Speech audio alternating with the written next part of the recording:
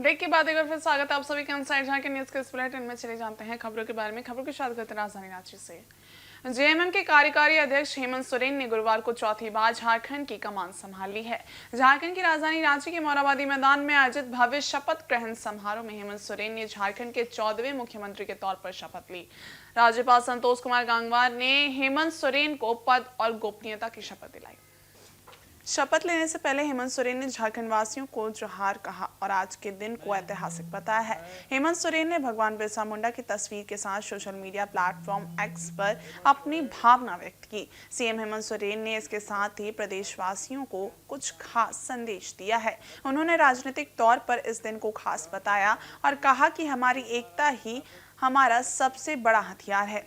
शपथ ग्रहण समारोह में इंडिया ब्लॉक के तमाम दिग्गज चेहरों ने शिरकत की और हेमंत सोरेन को चौथी बार सीएम बनने पर बधाई दी है। हेमंत सोरेन के शपथ ग्रहण समारोह में झारखंड के पूर्व सीएम शिबू सोरेन, रूपी सोरेन, पश्चिम बंगाल की मुख्यमंत्री ममता बनर्जी, अरविंद केजरीवाल, पंजाब के मुख्यमंत्री भगवत मान, लोकसभा में नेता विपक्ष राहुल गांधी, यूपी के पूर्व सीएम अखिलेश यादव, कांग्रेस के राष्ट्रीय अध्यक्ष मल्लिकार्जुन खड़गे, बिहार के पूर्व डिप्टी सीएम तेजस्वी यादव, पूर्णिया सांसद पप्पू यादव, कर्नाटका के deputy CM D K. Shivakumar समेत तमाम दिग्गजों ने सीएम हेमंत सोरेन के शपथ ग्रहण समारोह में शिरकत की।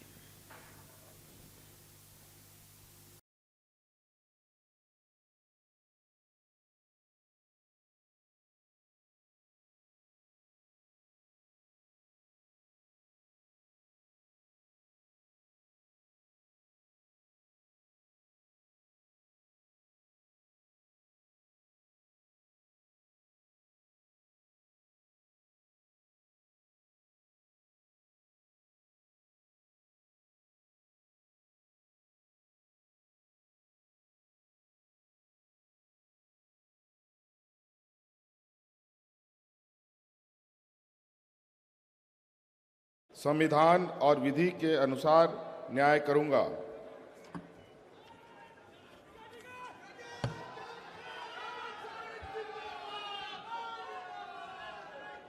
मैं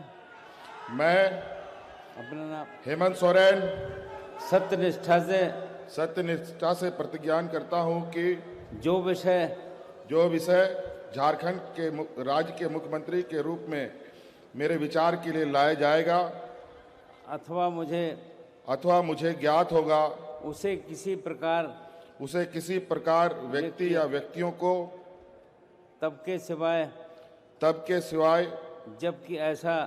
जबकि ऐसे मुख्यमंत्री के रूप में अपने कर्तव्यों के समय निर्वहन के लिए ऐसा करना अपेक्षित हो मैं प्रत्यक्ष अथवा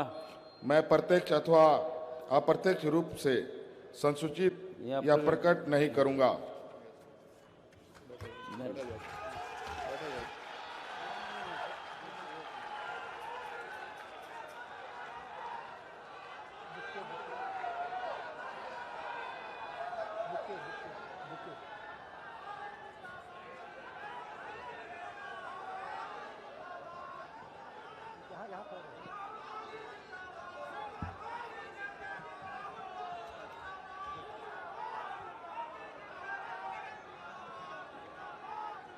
पहले साइन कर लो।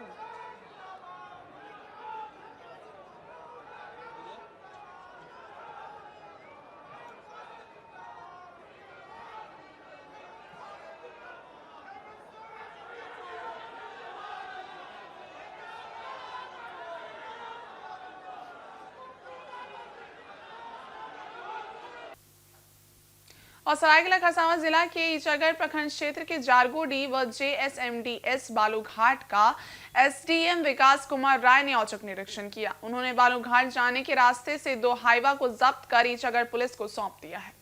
एसडीएम ने जेएसएमडीएस कार्यालय का भी निरीक्षण किया। वहां रजिस्टर में एंट्री सही नहीं मिलने पर जेएसएमडीएस कर्मियों को फटकार भी लगाई। उन्होंने आवश्यक दस्तावेज कार्यालय में ही रखने का निर्देश दिया। वहीं उन्होंने जेएसएसडीसी के बालू प्रभारी ओपी सिंह को कार्यालय के आगे सीसीटीवी कैमरा लगाने का भी निर्देश दिया। एसडीएम विकास कुमार ने अंचलाधिकारी को दोनों जब्त हाईवा का चालन आदि जांच कर आवश्यक कार्रवाई करने का निर्देश दिया। उन्होंने बताया कि बालू घाटों के निरीक्षण में जाने के दौरान 2 बालू लदे हाईवा को जब्त किया गया है। ड्राइवर से चालान मांगने पर नहीं दिखाए पाए। उन्होंने कहा कि जांच कर आवश्यक कार्रवाई की जाएगी। अवैध धंधा किसी भी हाल में चलने नहीं दिया जाएगा। लगातार छापेमारी अभियान जारी रहेगा।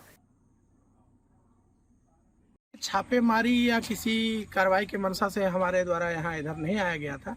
रैंडमली चूंकि चुनाव कार्य समाप्त हो गया, अब सरकारी कार्यों को गति देना है, इसी के क्रम में हम लोग आज इधर तिरुल्डी, ईचागढ़ इत्यादि इंस्पेक्शन में आए थे। तो रास्ते में हमने 2 हाईवा देखा, फिर उनसे मैंने चालान मांगा तो उनके द्वारा चालान पुटअप नहीं किया गया। बोला कि चालान अभी नहीं है सर, थोड़ी देर बाद लाया जाएगा। फिर मैंने सीओ ईचागढ़ को बुलाया और थाना से फोर्स मंगाया और उनको कहा कि आप ले जाइए थाना, इनका चालान के कॉपी वगैरह की जांच करिए, यदि सही है ओवरलोडिंग वगैरह जांच कर लीजिए, यदि सब कुछ सही है तो गाड़ी छोड़ दीजिएगा, और यदि जो भी त्रुटि पाते हैं, जो भी एरर पाते हैं, तो जो विधि संगत कार्रवाई है उस कार्रवाई को सुनिश्चित करें। और सभी यहाँ के स्थानीय पदाधिकारियों को निर्देश दिया जा रहा है कि जो भी कार्य हो रहे हैं विधिपूर्वक हो। अवैध कार्य यदि कोई भी करेगा तो उसको बख्शा नहीं जाएगा।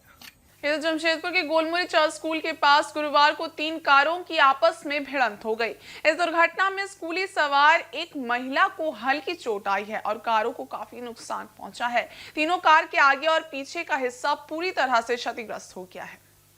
हालांकि दुर्घटना के बाद महिला खुद उठकर वहां से चली गई। घटना के बाद वहां लोगों की भीड़ जुट गई, जिसके कारण कुछ देर के लिए जाम लग गया।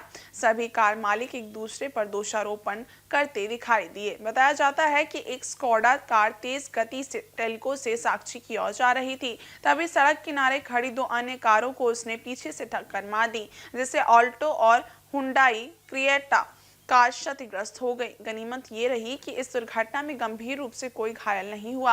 अगर समय पर स्कोडा कार का ब्रेक नहीं लगता तो बड़ी दुर्घटना घटित हो सकती थी। कैसे हुआ भैया? गाड़ी रुक गई थी, पीछे मैंने ब्रेक मारा, पूरी गाड़ी ने आके मुझे ठोक दिया, मेरी गाड़ी आगे चले गई। क्या ये ऑल्टो वाला आपको ठोका है क्या? कहाँ से आ रहे थे आप? जा रहे थे कहाँ? ऑफिस। क्या कारण क्या हुआ? कारण देखिए, पीछे वाला जो थर्ड गाड़ी है, हाँ। वो पुल बाई में आकर पीछे ठोका। हमको तो समझ में ही नहीं आया।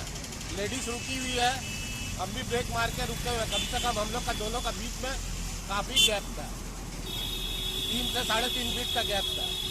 अब इतना जोर से पीछे ऐसे हमको मारा है स्कोडा कि हम जाके लेडीज को ठोक। लेडीज तो दीदी हमको देखने का मौका भी नहीं मिला, उठ के भागी। कितना डैमेज हुआ होगा? किसका? मेरा? लेडीज का ना मेरा? आपका मेरा तो पीछे का बैक कवर गया, बम्पर गया। झारखंड में एक बार फिर इंडिया गठबंधन की सरकार बनी है। झारखंड मुक्ति मोर्चा, कांग्रेस, राजद और माले के साथ बहुमत की सरकार बनने से महागठबंधन में शामिल पार्टी के कार्यकर्ताओं में खुशी देखी जा रही है। जगह जगह इस जीत का जश्न मनाया जा रहा है। रांची के मोराबादी मैदान में गुरुवार को राज्य के 14वें मुख्यमंत्री के तौर पर हेमंत सोरेन शपथ ली है। इस बार 56 विधायक को लेकर हेमंत सोरेन के नेतृत्व में महागठबंधन की बहुमत की सरकार बनी है। इसे लेकर जमशेदपुर के सुनारी में झारखंड मुक्ति मोर्चा के युवा जिला अध्यक्ष बबन राय 56 विधायकों के लिए 5,56,000 लड्डू बनवा रहे हैं। इनके द्वारा कोल्हान के 14 विधानसभा में लड्डू भेजा जाएगा। वहीं दूसरी तरफ जमशेदपुर के हर एक घर में लड्डू का वितरण होगा। झारखंड मुक्ति मोर्चा के कार्यकर्ता और नेताओं में खासा उत्साह देखने को मिल रहा है। समाज में कोई भी शुभ काम होता है, कोई भी खुशी का समय होता है तो लड्डू का बहुत महत्व है। आज हम लोग इसीलिए जिस दिन काउंटिंग चालू हुआ, जिस तरह से हम लोग आगे बढ़ते गए, जो अपार जन समर्थन झारखंड की जनता ने हमें दिया, हम लोग का आशा से अनुरूप से भी ज़्यादा दिया। उसी दिन से हम लोग कारीगरों से बात करके रखे थे कि मैंने जैसे फाइनल रिजल्ट आएगा हम लोग को लड्डू चाहिए पूरा कोल्हान में बांटने के लिए। जब हमारे पूरा कुल झारखंड में 56 सीट आई, हम कार्यकर्ताओं ने बैठ के पवन भाई, हम लोग बड़े भाई, उनका निर्देश पे हम लोग ने कहा कि 5,60,000 एक विधायक में मोटा मोटी 10,000 लड्डू का हिसाब से बनाने का हम लोग प्रयास किए हैं। हम लोग कारीगरों से बात किए तो बोले कि 11-12 क्विंटल लगेगा। हम लोग बोले ठीक है, लगाइए। 4 दिन से कंटिन्यू 20 से 22 स्टाफ मिलकर लड्डू बनवा रहे हैं, जो राजस्थान के मनोज पारिक भी हैं, उनके नेतृत्व में उनके लेबर लोग ये काम 4 दिन से युवा साथी सब हमारे उनके साथ सहयोग कर रहे हैं। इस ठंडा का मौसम में दिन रात चलते आज चौथा दिन है। देखिए अभी भी हम लोग का गैस चूल्हा पे कढ़ाई चला हुआ है, उनको लग रहा है कि कुछ लड्डू का संख्या कम है तो उसको फुलफिल करने के लिए किया जा रहा है।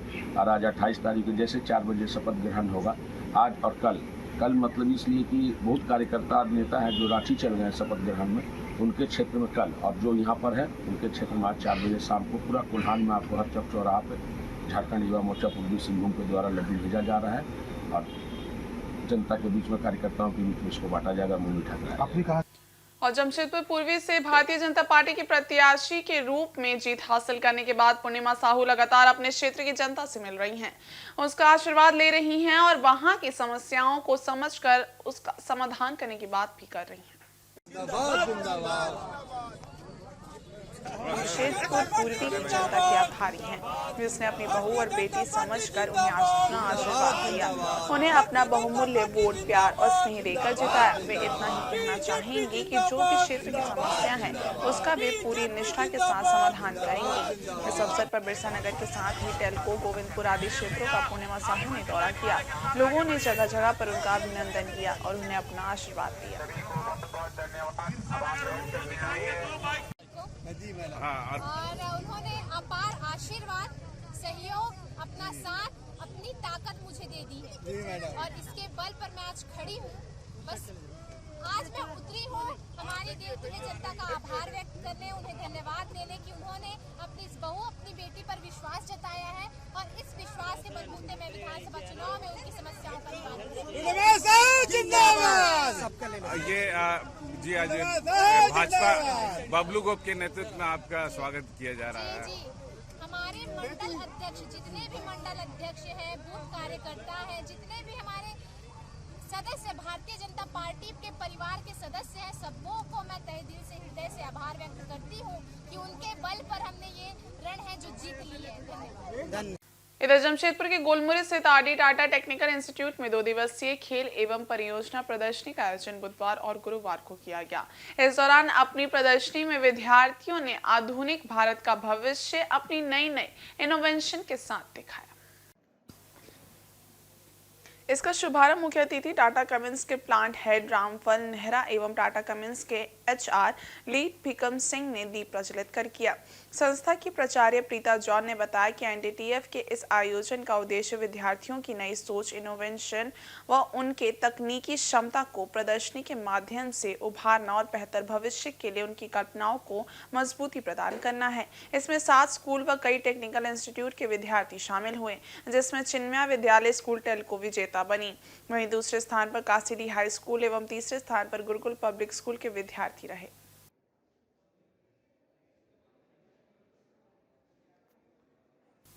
वहीं पूर्वी सिंहभूम जिले के मुसामने स्थित पीताम्बरी बगलामुखी मंदिर में वार्षिक पूजा एवं विश्व शांति महायज्ञ का शुभारंभ शुक्रवार को कलश यात्रा से होगा।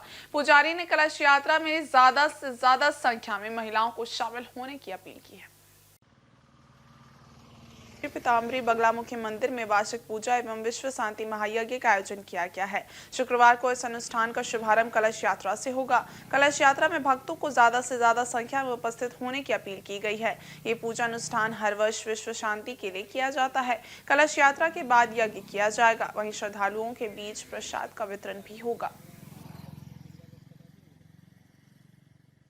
9 बजे से कलश यात्रा से शुभारंभ होगी। कलश यात्रा जो मुसावनी बगलामुखी मंदिर से कंपनी तालाब जाएगी, उसके बाद वहाँ से कलश लेकर आएंगे 108 महिलाओं द्वारा, कन्याकुमारियों के द्वारा।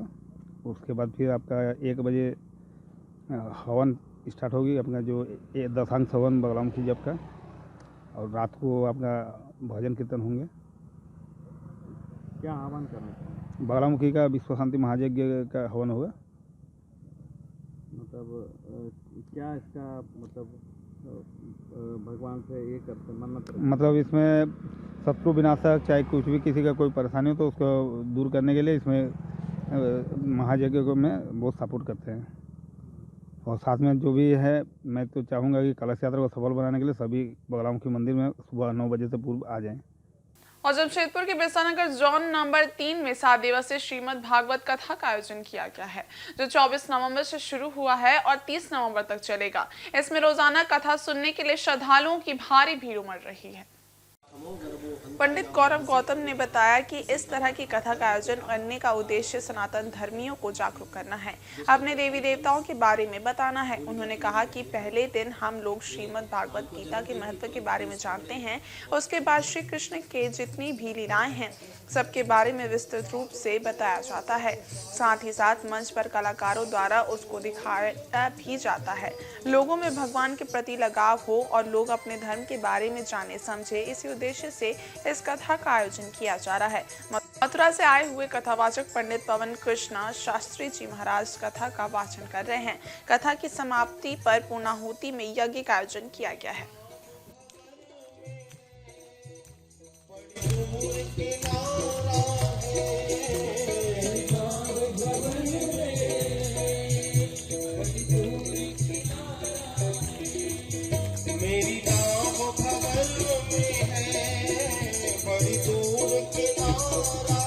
हमो गर्भो हंतायाम बहसे अबुधा, इसी का 8वां गर्भ तेरा काल होगा, तुझे मारेगा। दुष्ट तो था ही कंस, भूल गया कि मेरी बहन है, मेरे काल को जन्म देगी। तुरंत केस पकड़े और रथ से नीचे फेंक दिया, तलवार लेकर मारने के लिए दौड़ा।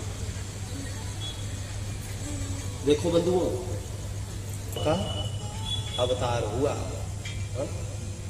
बोलो सही बात है कि नहीं है कि भगवान जब राम का अवतार था, दुशासन भी द्रौपदी के केस पकड़ कर लेकर गया तो वहां भगवान ने वस्त्रावतार धारण किया। यानी जब जब स्त्री के केस खुले तब तब भगवान का अवतार हुआ, और इस कलयुग में क्यों अवतार नहीं होता।